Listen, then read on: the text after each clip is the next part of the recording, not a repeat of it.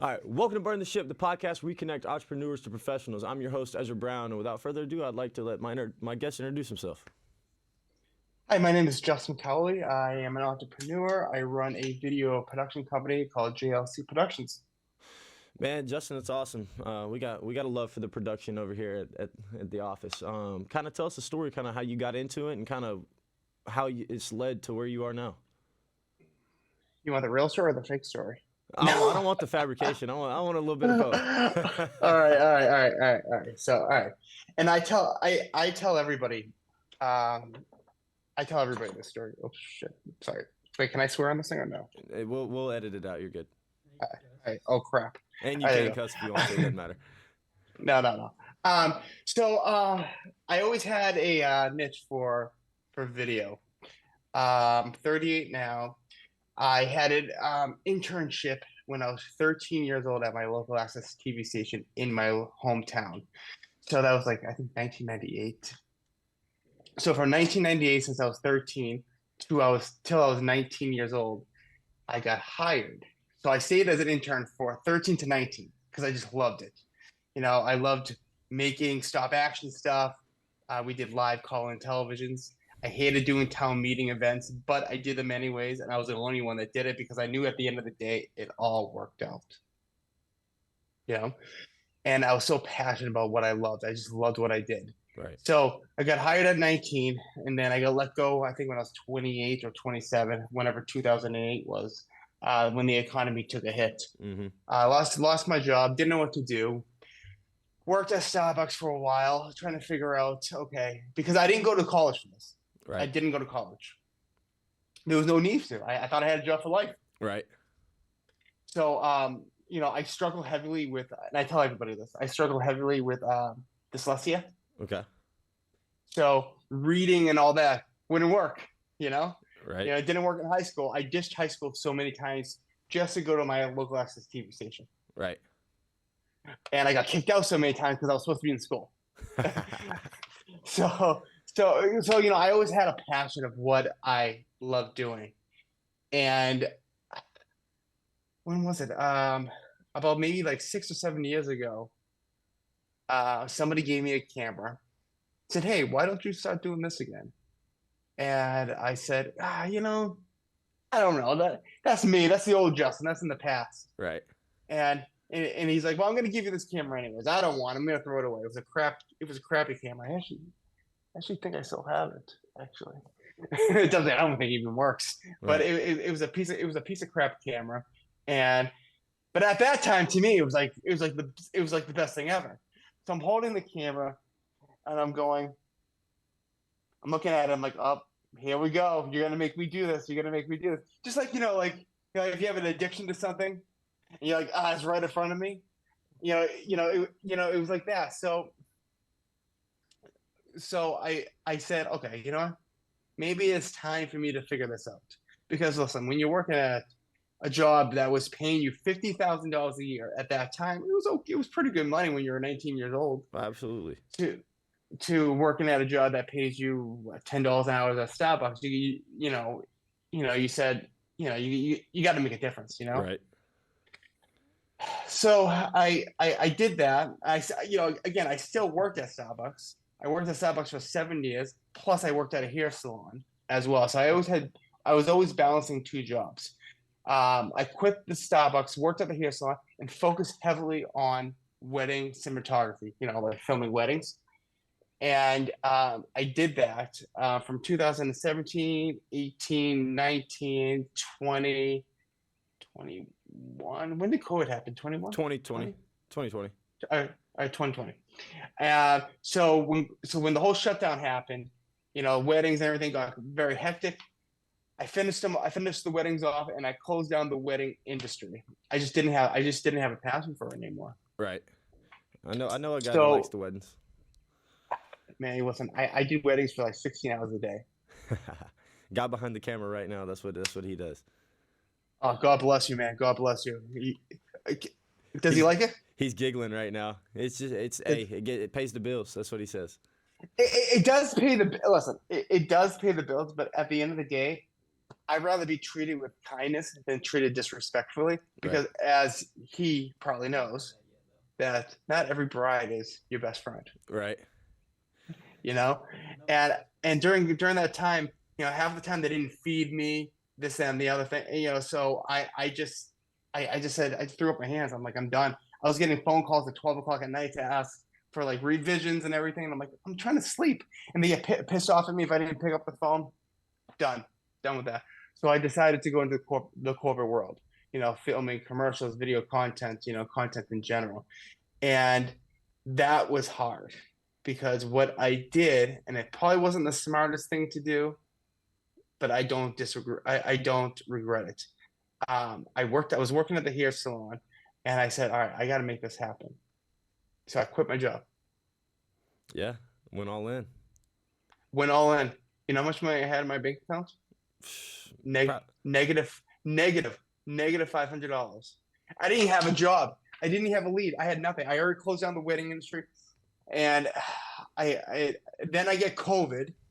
I got the Delta, whatever it was called. I don't yeah. remember. There's so many friggin' names, but I got COVID so I quit my job. I got COVID. I'm screwed.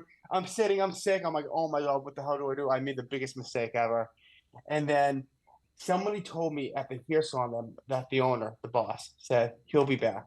He'll be back. And I'm like, oh no, no, oh no, I'm not gonna be back. Absolutely not. Yeah. No way in hell. So I just I just fought for it every single thing, and now I have 3 full-time employees. That's awesome, man. That's awesome. So that's been what, the last 4 years? Yeah, Man, that's yeah. awesome. I don't. You know, somebody once told me you have to go through the hard times to actually make it. Things aren't just like handed to you. Me quitting my job, yeah, that was tough, but at the end of the day, it had to be done. Right. You know, even at the hair salon, I was making, I don't know, what's minimum wage at Mass? $15 at the time. I mean, that's not paying the bills. When minimum wage, people don't understand this. When minimum wage goes up, everything else goes up. So you're not Tremendously. making any money. You're not making any money. You think mentally you're making money, but you're not making any money. Right. Right. You might see it in your bank account, but now your rent that was, I don't know, 17,000 or 17,000, $1,700 is now 1,900 because everything just went up. Right. And at the end of the day, you're just like, I need more money. Life doesn't work like that. People Oh don't yeah. understand it. And so I just said I'd rather make my own money. And the one thing that people say to me all the time is that running a business must be like awesome. You can wake up whenever you want. You do whatever you want, and that is not true. I wake up every single day at 5 o'clock in the morning, um, 7 days a week, 5 o'clock in the morning, Man, that's and awesome. I'm So always and I'm always sitting here. It's an addiction. I got to stop it, but I'm always sitting here at my computer, regardless if I have to edit or not. I'm finding something to do. right. I'm working. I'm working. Yeah, exactly. So And then kind of what is like your day to day in finding jobs? Like whenever I know you're editing, doing production that y'all have already done, but what is your like process in finding new jobs? LinkedIn. Like what's your process in like finding that new work, that new client to go film for? You got a sales team, or are you the sales team? If you want to call me a sales team, but I never had to sell one thing about my company. Everyone just comes to me. Really? All word of Yeah, mouth, and good work. no, actually, well, sure, but all word of mouth over LinkedIn. Okay. Mentor of mine named Scott McKenna out of Pennsylvania. He owns a video production company. He started doing weddings. That's actually part of the story. I forgot that. I found this guy on YouTube doing weddings, and he was like doing behind the scenes. I'm like, oh my god, I gotta do that. So I reached out to him. I think he at that time he had like 63,000 followers. I don't know, it was insane. But he now he just runs a video content creation company. So pretty much what I did was I copied him. I wanted that life. I want that life, so I copied him. 1,000%. And I asked him a bunch of times. I'm like, how do you get your clients? He said LinkedIn. I said, doesn't work. He said, yes, it does. I'm like, how does this work? So the way how I use LinkedIn, the way how he told me to use LinkedIn is 100% works, is to build trust. My number one thing is I never message somebody that I've never talked to and say, "Hey, my name is Justin Cowley. I own a video production company called JLC Productions. We do A, B, and C. Blah blah blah. We'd love to talk to you." You get a cold email, you're like, Oh turn yeah. down. Yeah, nobody likes that. So what I do is I use the other approach that he explained to me, and it does take a while. But after it takes a while, it starts filtering more and more and more. It actually took a year for it to work. Um, it's just you keep posting content daily, you know, either pictures of myself or whatever. Just post content. Use it as like I would use like Facebook in a way, Right. and comment on people's posts. But don't just spam people. Comment. Give value. If you give value, what happens? People respect that, and then Absolutely. people will reach out to you. You know, and we live in a day and age that video runs the world. Right. Clearly, you and I are doing video right now. Exactly. Yeah. By the way, I love the microphone setup there. I appreciate it. Appreciate it. We have a whole But entertainment channel. oh, really? I gotta Oh check it yeah. out. We got about But 100,000 subs. really, I like that. No, the audio sounds really crisp. Appreciate it. I was no offense, no offense. I was just too lazy to hook everything up this morning. No, I'm you're like, good, man. No, you're good. I woke at 5, went to the gym, came in. I'm like, do it. I'm like, no, I'm all good. But yeah. So what I do is just comment on people's posts, make connections. I do send people messages, but I don't send messages anything regarding myself. I want to learn about you. So Bob, what do you do for work? Oh, you're a carpenter. Oh, how long have you been in the business for? Oh, 20 years. Oh, that's great. Do you have any employees? Oh, how many employees do you have? Oh, you have 60 employees. Great. Well, what got you into it? I'm learning about them, right? Right. I'm learning about them as a business owner and as a person because I'm also asking questions like, "Hey, are you married?" Like, listen, if you go to a networking meeting, and I don't think people understand this, and I don't know if you've ever been to a networking meeting before, but if you go to a networking All the meeting, time. I'll be at one today. okay, oh, you'll be at one today. Oh yeah, Do you and go tomorrow. like, do you go, "Hey, Josh, how are you? Great, how are you? Awesome, man." You guys talking for a little bit. Hey, listen, here's my card. My name is Justin College, GLC Productions. If you need it, the way how I see it, when I go to a networking meeting, I don't sell myself. I get to know people and make connections. Because at the end of the day, yes, money is awesome, but if you're not the client for me, I don't want your money. Right. So we have about, I think now we have about 12 clients we do monthly, and every single one of them was from LinkedIn. That's awesome. That's crazy. You don't really feel like that's like its own little vertical that people that I tell you we don't hit enough, but it's got to be like its own little vertical of using LinkedIn for that type of that type of engagement because I would say it's out of the ordinary for video production companies to do it that way. You know what I mean? Yeah, yeah, I, I think a lot of people, and I think they do it the wrong way, Right. is they come off salesy. Oh yeah. And nobody likes that. So when they're running a Facebook ad or an Instagram ad or whatever, and like you want to grow your followers or blah blah blah, hire, no, get out of here.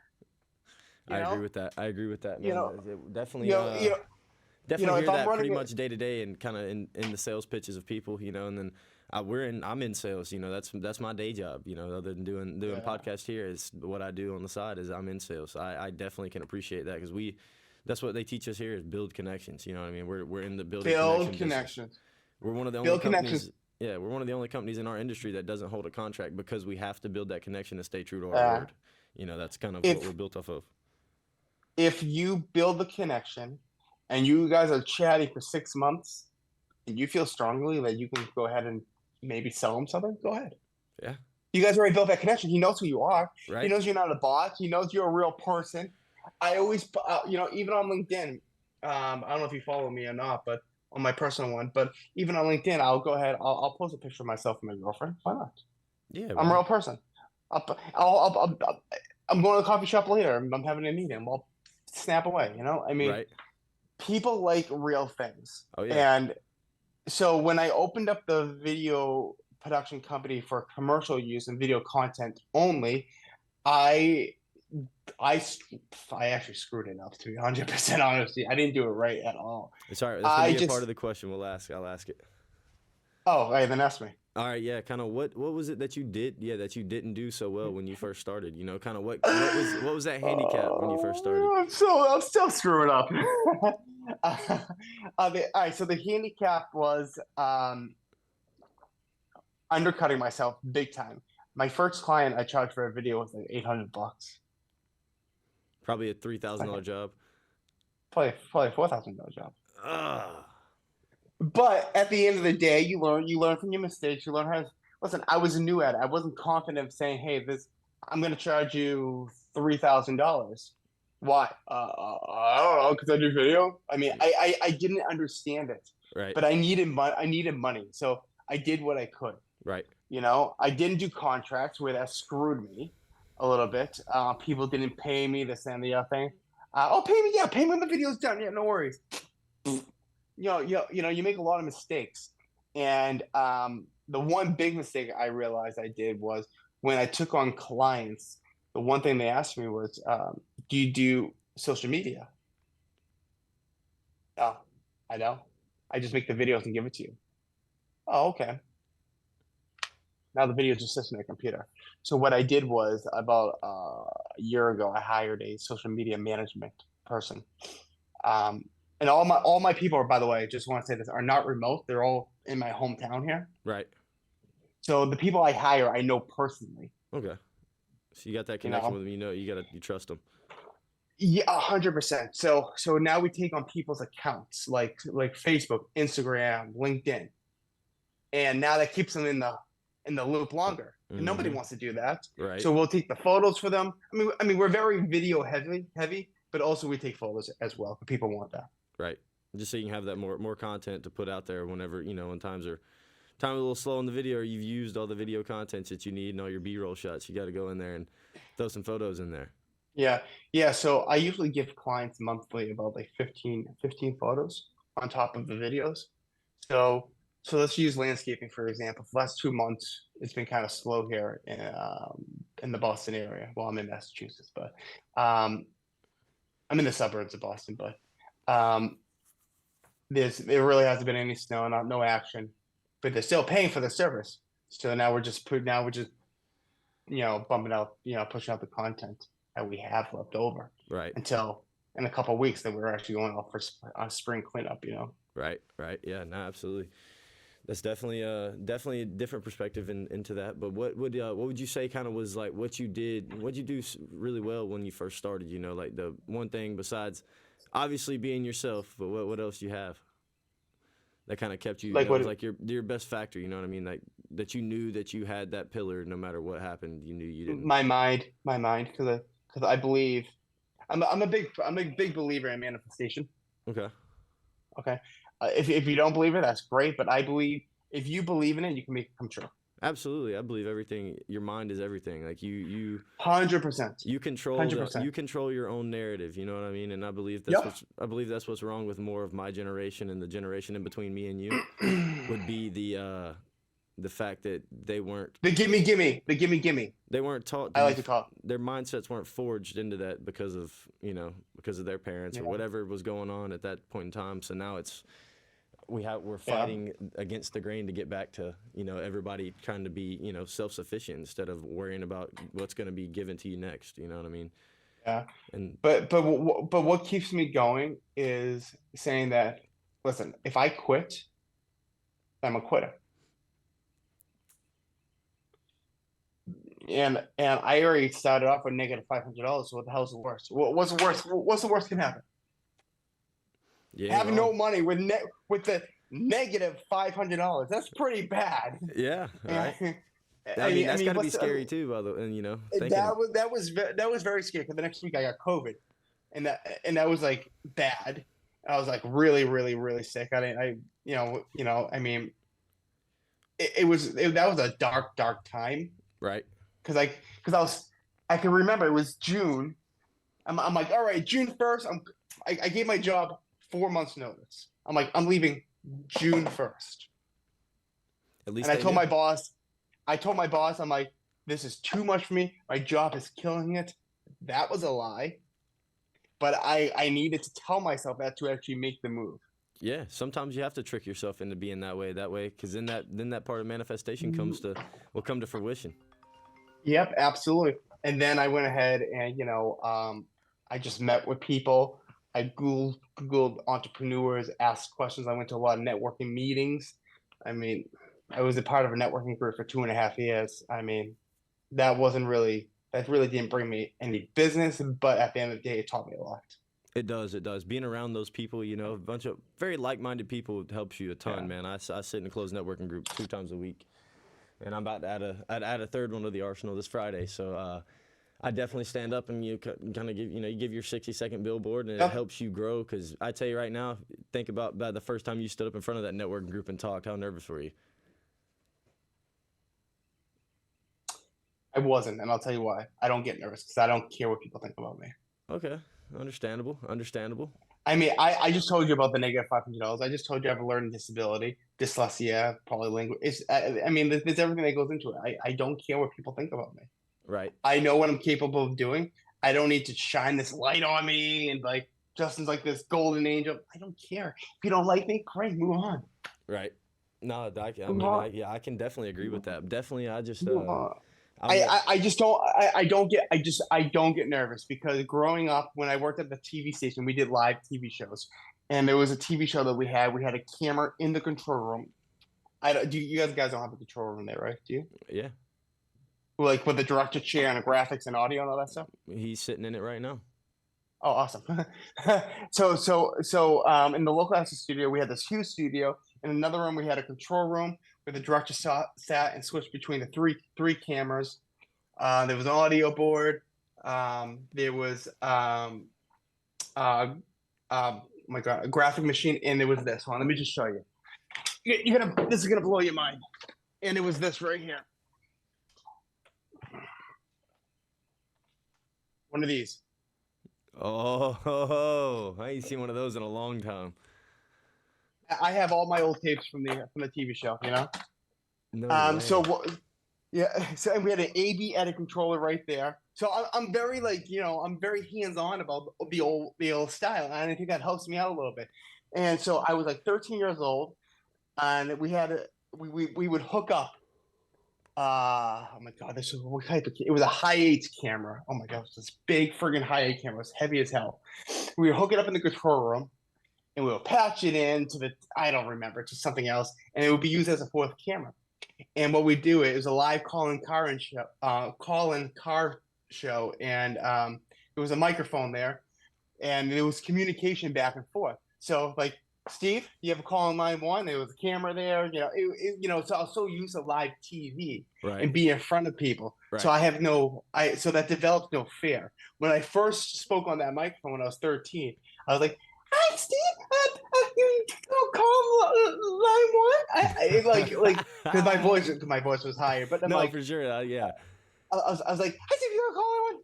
And he was like, "What?" It's on one of the tapes. I'm trying to convert them all to digital. But he was like, "What was that?" And he called me Skippy because I broke my leg at that time. So I was skipping around. He was like, "Was that Skippy?" He's like, "Skippy, slow down. Do you have something to say?" I said, "Yes, we have a call on line one." He's like, "Well, take that." Hi, you're on Motormo. I mean, it was fun. It was fun stuff like that. No, for sure. That's definitely how it goes.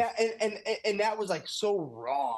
It was like raw. It was the raw stuff. Always. I mean, I completely agree. Raw stuff does better than staged. Oh, it was so raw, and there was nothing digital. Everything there. I mean, look at this. Look at this freaking tape. Dude, that thing's. Look how old this is. That's insane. This is from 1998. And it's in perfect condition. Oh, 100%. 100%. You see my closet. They're all filled with these. I'm trying to get a 3/4 inch machine here so I can go ahead and pain in the ass to convert them. But man, it's just doing like AB edit controlling. I mean, Final Cut Pro didn't exist at that time. We had a computer in the other room called the Meteor 100. We had a blue screen, not a green screen. Green screen, I don't think was a thing yet. We had a blue screen on the wall. We had, I think, 25 lights, and these lights were hot. Right. I mean, this was raw studios. I mean, this was Oh man, I mean, you can't get it. You can't get any local access to this. You know, Yeah, there yeah, wasn't a there wasn't any like special effects. I mean, it was fun. I had a blast, man. and that's what that and that developed me not being nervous. You know, and then I did my own live-in shows that nobody ever watched, but whatever, I didn't care. But that developed me being in front of the camera, and I don't care.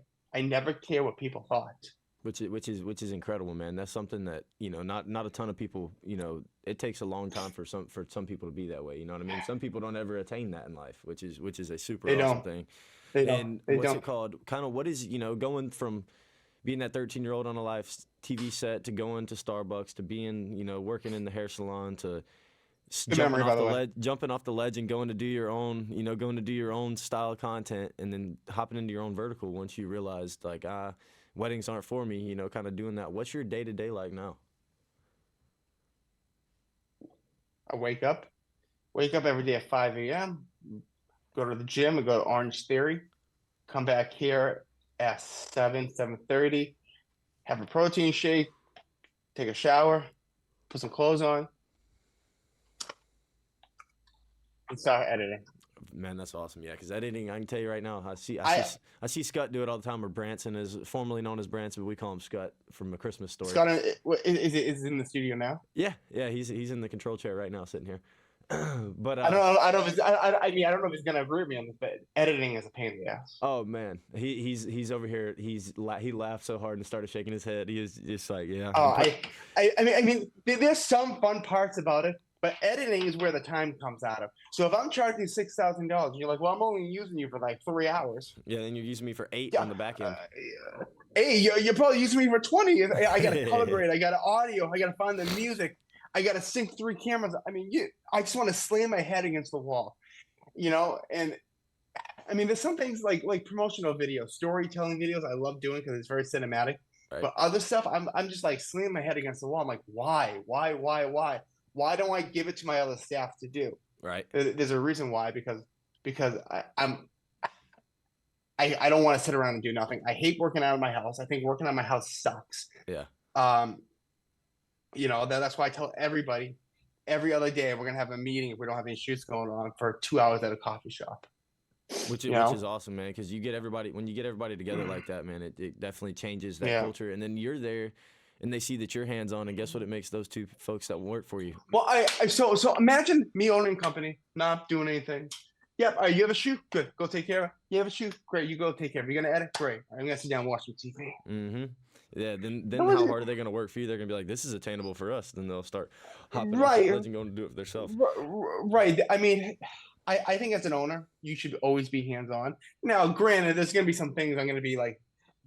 Probably pretty soon, I'll be like, hey, I'm not gonna be doing any more editing. I'm gonna focus more on the filming and bringing more clients in.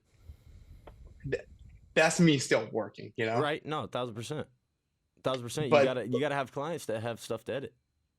oh, absolutely. But again, at the end of the day, I just hate editing. We use Premiere Pro here. I don't know what Scott uses or you guys use there, but we use OBS and Premiere, I believe. Oh, OBS and like Premiere, OBS. I think. But no, Premiere Pro crashes all the flipping time, and I'm like, what? He said, I just save. I'm like, save. Every 2 seconds, save, edit, save, crash, great, but I still saved it. But I'm like, I use a PC. I haven't transitioned to Mac yet, but right. I probably should because everything I use is Mac. Right. Yeah, and I don't know what that has to do, because that side of it is more of I'm blind to that side, if that makes any sense to you. Like if you put me in an editing room, I'm gonna break the computer within 15 minutes of being in there, because I'm not a tedious worker in that sense. You know what I mean? I can't tediously do something like that. Like I'm the person that whenever you're playing a video game, if it gives you a loading screen too long, I'm gonna turn the PlayStation off or the Xbox off, and I'm just gonna I'm gonna go watch TV or something else. I'm not very patient, you know what I mean? And I feel like you got to be pretty patient to edit. Yeah, you do. And sometimes I'm not. To be honest with you, if something's not going my way and it's not working well and it keeps on crashing, I take a walk. I take a ride. I make sure I'm not in my house more than 4 hours if I don't have to be. Yeah. Yeah, which is So definitely that's awesome. what happens? Depression happens. Yeah, yeah, you're not out talking to people, doing everything. You're just stuck doing No, one thing for sure. No, I definitely no. agree with that. And And then, I'm always on the fence. Do I go do I go find a building? And and if I do I do it in the suburbs or do I do it in the city? If I do it in the city, it's more money. I hate hmm Massachusetts. Massachusetts taxes shit out of us. I hate it so much. Bleep that, Scott. I hate Massachusetts. Massachusetts is the worst. right. See, Massachusetts. Oh yeah, Everything, knock, knock, knock. We need our money. I'm about to say, I It, told you one of my best friends, they had moved from Mass to Florida right when we yeah, started college, but they're born and raised up there. The mob family, we yeah. call The them. Maw fan. Yes, But I'm this close to move. I'm this close to moving to New Hampshire because in New Hampshire you don't have to pay taxes. man, that's awesome. And then, Justin, last thing I really got for you, though, is really, do you know what the illusion burn the ship is? You know where we Is that a got it trick from. question? Yeah, you know where we got it from? From a ship? Burn the ship? Yeah, you know where we got it from? No. Central American conquistador lands in modern day Mexico. Thought it was America. Hernan Cortez. Okay, I did hear about this story. Yeah, Yes. tell it to me again. I like this. Hernan Cortez, they land and he makes his men disassemble their armada of ships and burn them on the beaches. And that was his sign, is telling them, we're going to make it here, we're going to die trying. And we use that same sense in entrepreneurship. It's kind of how we made the name up, is that we as business owners, and entrepreneurs, you use that same sense is when you go into business. And that's kind of our final question every podcast is, what did it feel like when you burned the ship? Or what does it feel like? Yeah, Being on it? No, what did it feel like when you burned the ship, going all in on your business? Oh, yeah, scary as hell, man. But at the end of the day, I knew I was doing the right thing. And there's no turning back. After I heard he will be back and I had COVID, I said, beep, no. Yeah. I said, absolutely not. I'm gonna make you eat your words. Yeah. Now, this guy is best friends with Ernie Bach Jr., who owns all the car dealerships here on Route 1. Mm-hmm. So the owner of the hair salon owns 46 hair salons in real estate. Yeah, and he's good friends with Donald Trump. Oh.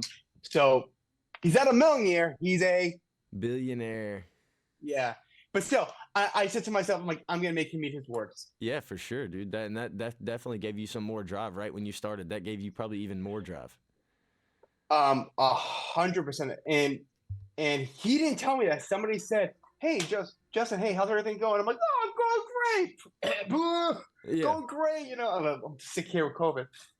He just let you know, Mike thinks he's gonna be back in November. I'm like, really? What did he say? He said he'll be back. He can't do it on his own. I'm like, really? Well, F that. Yeah, for sure, man. That's awesome. Glad that person told me, because you never know. Maybe I would have went back if after I recovered from COVID. Maybe I would have went back. Who knows? No, yeah, and then you hear words like that, and it definitely gave you a little bit of more fire into the No. Sure. I'm like, I know I can't be bigger than you, because that's at this point impossible. But I'm gonna show you what I'm capable of doing, and I don't need your help. Which is awesome, dude. I can appreciate a story like that, because I was definitely that kid in the hometown that was wild. I wasn't. Everybody's like, there's no chance this kid goes and plays college sports. Because I was a good athlete through school. What did you play again? I played baseball. I was a baseball player. And I made. You ever play football? I played football my whole life. All the way until 10. What position? I love football. I spun the ball. I spun the rock. Oh, really? Yeah. Really? Oh, yeah. You good at it? You good at it? I was pretty good. I was solid. But we next TB12. No, yeah, I thought I was when as a young kid. I definitely thought I was, but everybody had always told me if I played professional sports, it was going to be playing baseball. It wouldn't be basketball or football. But I didn't like baseball. I liked football and basketball growing up. That was my team. I know you did baseball. I'll be honest with you. I've been to 5 Red Sox games here. Mm-hmm. I fall asleep. I can't do it. I can't go. No, there ain't nothing. It's like you'll never catch me watching baseball unless it's like going back and watching my old college team. Like I could give 2 flying Fs about what's going on out there, and maybe postseason baseball, I'd be out there all the time. But sure. Football, man, Roll Tide. I bleed crimson and white, and then we're about almost every Falcons game that's at home here. All right, hey, before you go, let me ask you this question. Um, who is your favorite team? And you don't have to say the Falcons because you're in Atlanta. You could be You mean 100% NFL? honest. Who do you, NFL? You're yeah, up north, so I so don't yeah, do college. yeah, you're up north. Y'all don't No. even like college football up there. Yeah, that's true. Well, y'all got man. You've been blessed your entire life. You inherited Tom Brady. You know.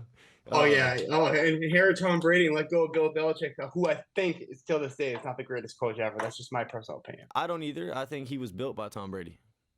100%. I think in the very, very beginning, when Tom Brady was developing, he inherited a fantastic defense. Okay, Yeah, and I think Bill Belichick is a great defensive mind coach. Now there's no ifs and buts thousand about it. I think percent. he's one of the best. I think he's the top of that. But he had Tom Brady who understood the game, right? And Tom Brady was young in his career, and he had this defense to help. That defense carried the three Super Bowls. But I think once Tom Brady understood it, he took it on himself and Mm-hmm. understood the offense and built the offense. Because you could put somebody from Miami, a homeless guy from Miami on the team. Tom Brady will make him a freaking superstar. Oh yeah. Once he left, what happens? Oh, and he went and won a Super Bowl. Won a Super Bowl. And the worst thing I didn't like about Bill Belichick is because they have Falcon games. No, the Eagles game. He benched Malcolm Butler for I still have no idea why. Lost that game. Forced Tom Brady out the door for no apparent reason. Had no backup plan. Brought in Cam Newton. It just didn't make any logical sense. And I think Eagle got in the way, and I can do this better. And Tom Brady's like, see you later. I won a Super Bowl, and next year he went to the NFC Championship. Yeah. And No. Bill Belichick is there having a defensive coordinator calling offensive play.